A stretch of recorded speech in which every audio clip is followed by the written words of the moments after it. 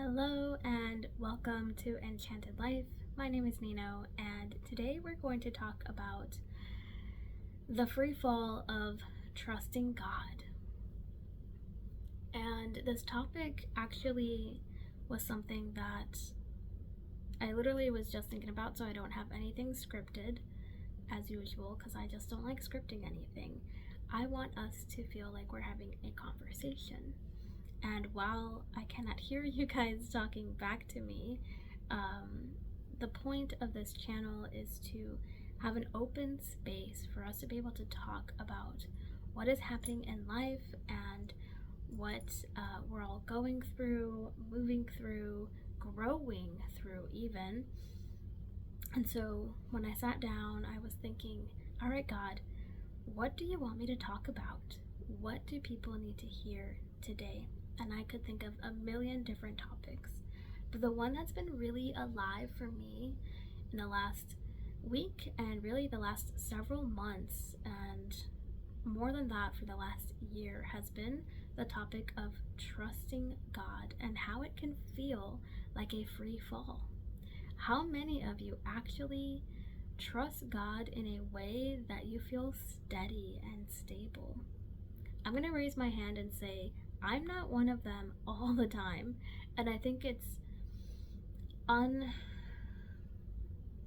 unloving for us to pretend and to give ourselves that standard of trust, because trust takes time to build and it can fall in an instant. But what we have to remember when we're talking about trusting God, it really requires us to know God, to get to know God the way that we would get to know any other person that we would have a relationship with. We don't give somebody trust day one of meeting them. Yes, there's a level of trust that is essentially like, I'm giving you the benefit of the doubt because I don't know you, so I'm going to assume the best about you. But I think a lot of us come into relationship with God not even assuming the best about God. I mean, a lot of us have church hurt, religion hurt, new age ideals, whatever the case may be, where we have heard so many stories about God that make us kind of flounder in our trust. And a lot of times, I think we also don't trust God because we can't hear God in the way that we hear each other's voices, the way that we see each other's faces. And we're very physical, visual beings. And so to have the absence of a face to God and the absence of a body to God can lead us to not trust, and for trust to feel like a free fall. But I'd like to really encourage everyone to recognize that God breathed His Spirit, His essence, into all of life. The moment that God created the world, the earth, the oceans, the skies, the animals, and the people, God breathed Himself, herself, itself into all of life. And therefore, all of life has the face of God. And when we start to really take a moment to see all of creation in front of us, I have right now African violet that is actually growing flowers. I'll show you. Actually, it's not very happy right now because my cat has been taking chunks out of her. I don't know why. But we're in the fall, and this African violet still has flowers, and it actually took me 2.5, almost 3 years to get this African violet to even produce flowers. And if I'm being honest, actually that's my second African violet because the first one died. But I digress. I pointed out that flower because that was created by God.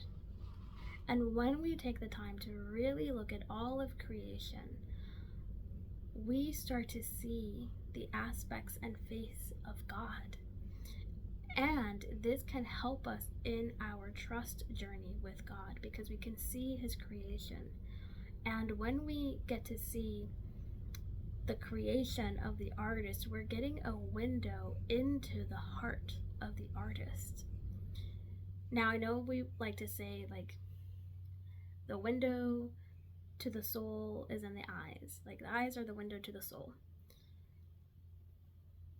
I would like to say here, all of creation is a window into the soul of God. And if you start to really notice the beauty, the intricacy, the complexity, the pure artistry, and the cohesiveness, the harmony between all of life and all of creation, you can start to get to know God in a new way, in a deeper level. And at this point, you can start to trust God because you can start to see God more and more every day. I'm not saying that this is easy to continue. That's Cleo, by the way, if you haven't been introduced to her yet. She's 14. But when you really start to see God in this way, it doesn't feel like a trust fall. It feels like, okay, you've got me, you're here, you're present, I can feel you and I can see you. And while I cannot do so in the same way as I do with any other human being, I think the consistency of life, the consistency of creation shows us the consistency of God in a way that we can start to truly grow in our trust in God. Yeah. Just taking a moment to see if there's anything else that wants to come through about the trust fall of life.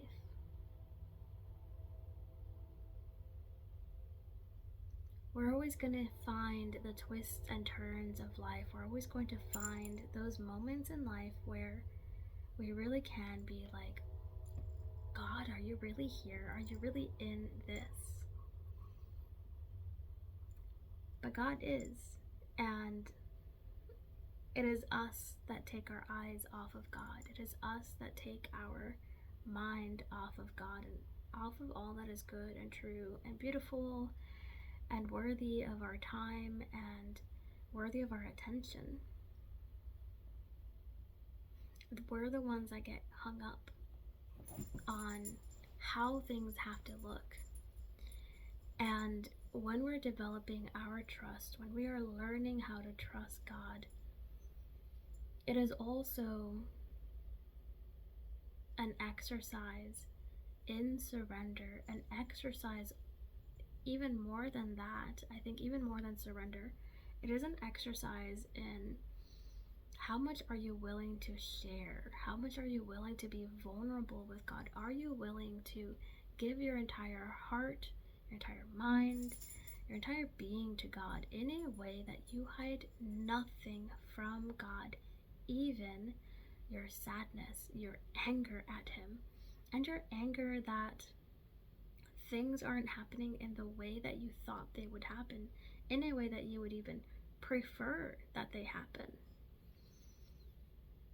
Trust is realizing that God has your best interests in mind, has your best interests in their highest plan for you.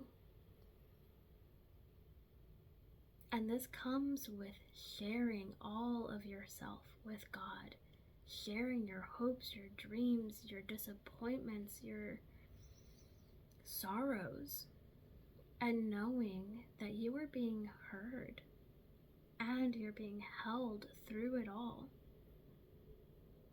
even if you don't feel it. There's no way that God cannot be holding you, because the entire universe, the entire earth is holding you right now in life. And as I breathe, I'm reminded that, yes, God breathed life into us from the day one creation. And God continues to breathe life to us.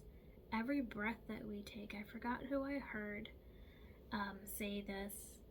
Credits to whoever that person is, because it wasn't me who thought this up. But every breath is a reminder that God wants you to continue living. Every breath is God breathing you in, even as you are breathing God into yourself. It is the constant reminder and promise of life. So every time you breathe, it is like being held and seen by God at the same time. And I hope that this little conversation, even though it seemed like it didn't go anywhere really, I didn't have an agenda, is exactly what you needed to hear today. And I would love to hear your comments, your shares in the comment section below. Let me know what you're thinking about this video, this topic. If you want more videos like this that are just off the cuff, or if you want to continue this conversation, I would love to have it in the comment section below, and even to do another video like this, going into any topic that you want to talk about. Alright, until next time, be well.